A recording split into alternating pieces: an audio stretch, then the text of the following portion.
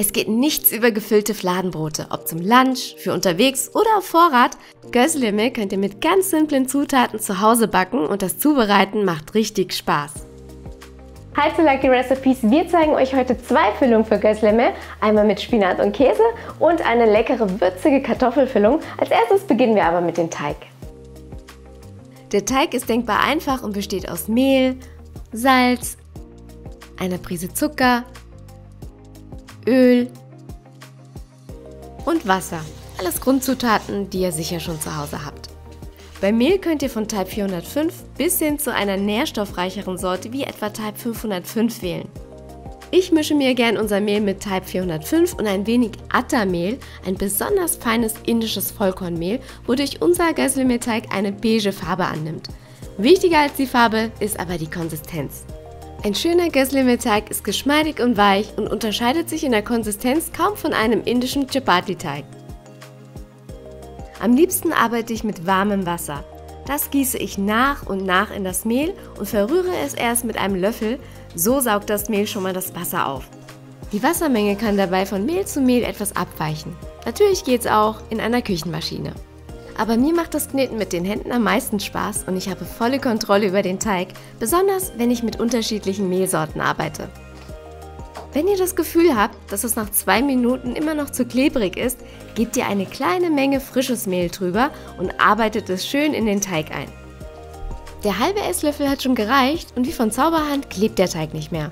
Deswegen arbeite ich jetzt auf der Arbeitsplatte mit beiden Händen weiter. Nach etwa 8 Minuten Kneten bin ich zufrieden. Reibt den Teig mit ein wenig Öl ein, damit er nicht eintrocknet. Deckt ihn dann mit einem feuchten Tuch ab und lasst ihn mindestens für 30 Minuten ruhen. In der Zwischenzeit kümmern wir uns um die erste Füllung. Für die erste Variante machen wir ıspanaklı peynirli gözleme, eine Spinat- und Käsefüllung. Heute haben wir uns frischen Spinat aus dem türkischen Supermarkt besorgt. Den gibt es bei uns sehr oft. Er schmeckt uns viel besser als der in Plastik abgepackte Blattspinat aus dem Supermarkt. Der verliert nach der Ernte nämlich ganz schnell an Aroma und Nährstoffen. Dieser Wurzelspinat bleibt hingegen länger frisch, wenn man ihn in ein feuchtes Tuch wickelt. Dazu schmeckt er wesentlich würziger als Blattspinat. Deswegen lohnt sich immer ein Besuch im türkischen Lebensmittelgeschäft. Die Gemüseauswahl wird euch beeindrucken.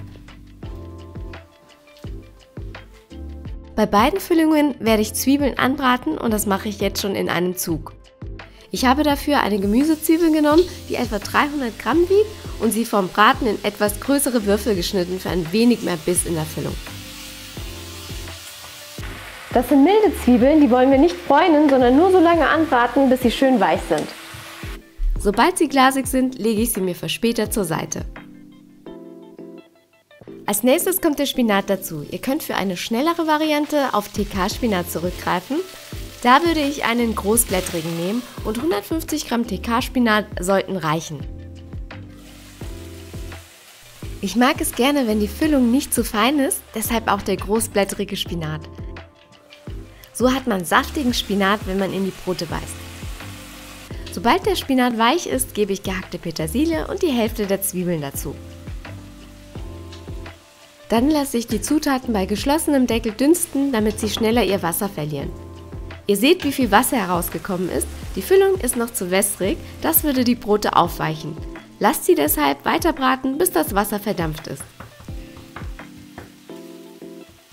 Dann könnt ihr schon die Pfanne vom Herd nehmen und den Feta-Käse hineinbröseln. Interessanterweise ist das türkische Wort für Käse, peynir, fast das gleiche, wie wir es in Indien benutzen, nämlich Panir.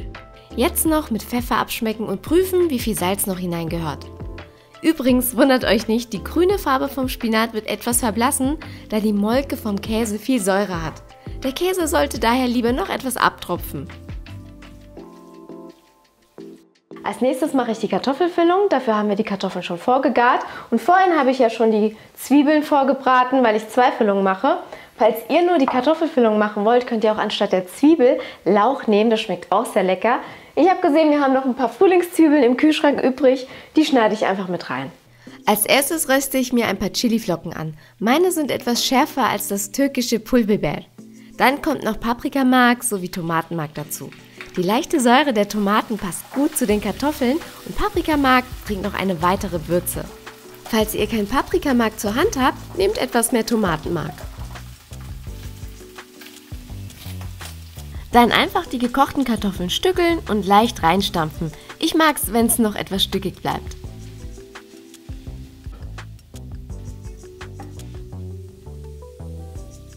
Jetzt nur noch abschmecken. Dazu hebe ich die Petersilie unter und schmecke alles mit Salz und Muskatnuss ab. Tipp: Die Füllungen ruhig kräftiger abschmecken, da der Teig den Geschmack leicht abdeckt. Anschließend die Füllung abkühlen lassen.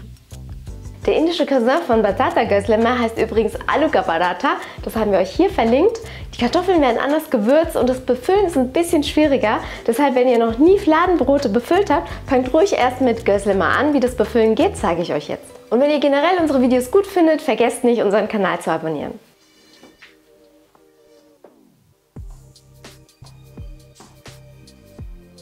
Den Teig teile ich in 8 Stück. Das sind jeweils etwa 85 Gramm.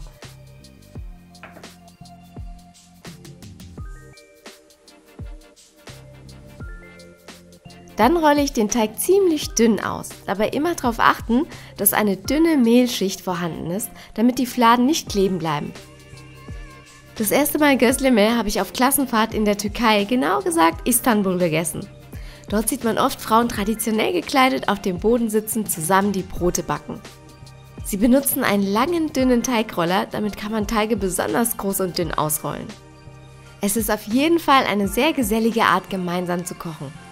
Jedenfalls habe ich in diesen 9 Tagen Klassenfahrt fast jeden Tag ein Gözleme geholt, weil es günstig und gleichzeitig ein anständiges Essen war, was mich satt gehalten hat. Fastfood-Ketten können da echt nicht mithalten. War eine ziemlich coole Klassenfahrt, muss ich sagen. Ich forme die Gözleme zu einem Halbkreis. Die Naht schön zusammenpressen, damit beim Backen nichts aufgeht. Sobald ich mir ein Gözleme gefüllt habe, fange ich direkt mit dem Backen an oder ich mache das zusammen mit Robi. Die Gözleme backe ich ohne Öl. Die Pfanne hat ca. 200 Grad. Das Innere ist ja schon fertig. Schaut einfach, wann die Brote schöne braune Punkte bekommen und dann wendet ihr sie. Bei uns dauert es je Seite etwa 2 bis 3 Minuten. Die Zeit kann man immer wieder nutzen, um die Teige weiter auszurollen und zu befüllen, wenn ihr zügig arbeiten könnt. Jetzt noch die Gözleme fein mit Butter bestreichen. Zum Warmhalten lege ich die Gözleme in den Ofen, den ich nur auf 60 Grad Umluft laufen lasse. Gözleme lassen sich auch prima einfrieren und ganz leicht aufwärmen.